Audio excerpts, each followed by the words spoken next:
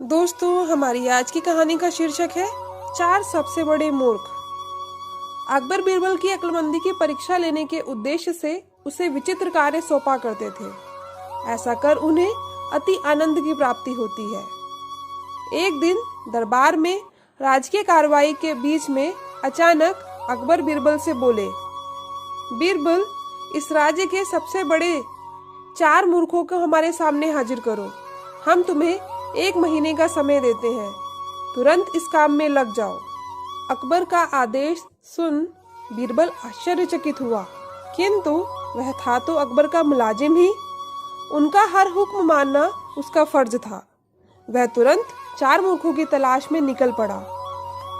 1 माह पूरा होने के बाद वह 2 व्यक्तियों के साथ अकबर के सामने उपस्थित हुआ।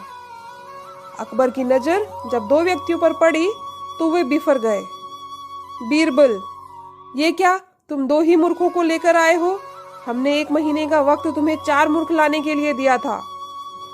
हुजूर, मेरी गुजारिश है कि आप अपना गुस्सा शांत रखिए और मेरी पूरी बात सुने बगैर किसी नतीजे पर मत पहुंचिए। बीरबल अकबर का गुस्सा शांत कराते हुए बोला। बीरबल की बात सुनकर अकबर का गुस्सा कुछ ठंडा हुआ। जहां पना, ये रहा पहला मूर्ख। इसकी मूर्खता का वर्णन सुनेंगे तो आप भी सोचेंगे कि ऐसे लोग भी होते हैं इस दुनिया में। पहले व्यक्ति को आगे कर बीरबल बोला, बताओ, ऐसी क्या मूर्खता कर रहा था ये? अकबर ने पूछा। हुजूर, मैंने इस व्यक्ति को बैलगाड़ी पर बैठकर कहीं जाते हुए देखा। बैलगाड़ी चालक के अतिरिक्त बैलगाड़ी पर बैठा ये अकेला ही व्यक्ति था।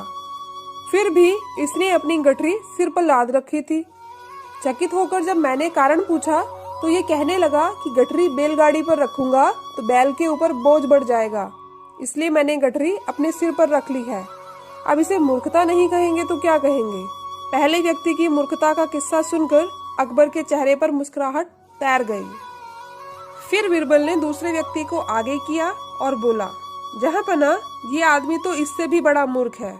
एक दिन मैंने देखा कि ये अपने घर की छत पर भैंस लेकर जा रहा है। मुझे आश्चर्य हुआ तो मैंने पूछ लिया, लेकिन फिर इसका जवाब सुनकर मैंने तो अपना सिर ही पीट लिया। इसने बताया कि इसके घर की छत पर घास उगाई है, इसलिए ये भैंस को छत पे लेकर जाता है ताकि वह वहाँ घास खा सके। घास काटकर ये भैंस को लाकर खिला सकता है, लेकिन ये मूर्ख भैंस को ही छत पर ले जाता है। ऐसा मूर्ख कहीं देखा है आपने? वाकई इन दोनों की कारस्तानी बेवकूफाना है। अब बाकी के 2 मूर्खों को पेश करो। अकबर बोले। हुजूर, नजर उठाकर देखिए, तीसरा मूर्ख आपके सामने खड़ा दिखाई पड़ेगा। कहाँ बीरबल? हमें तो यहाँ कोई तीसरा व्यक्ति दिखाई नहीं पड़ रहा। अकबर इधर उधर देखते हुए बोले। तीसरा मूर्ख मैं हूँ हुजूर। बीरबल सिर झुकाकर बोला। अब देखिए, मुझ पर कितने महत्वपूर्ण कार्यों की जिम्मेदारी है, लेकिन सब कुछ एक तरफ हटाकर मैं 1 महीने से मूर्खों की खोज कर रहा हूँ। ये मूर्खता नहीं तो और क्या है? बीरबल की बात सुनकर अकबर सोच में पड़ गए। फिर बोले, और चौथा मूर्ख कहाँ है बीरबल? गुस्ताखी माफ हुजूर, पर चौथे मूर्ख आप हैं।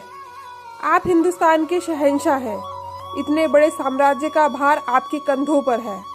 प्रजा के हित के जाने कितने कार्य आपको करवाने हैं, लेकिन उन सबको दरकिनार कर आप 1 महीने से मुझसे 4 मूर्खों की तलाश करवा रहे हैं, तो चौथे मूर्ख आप हुए ना?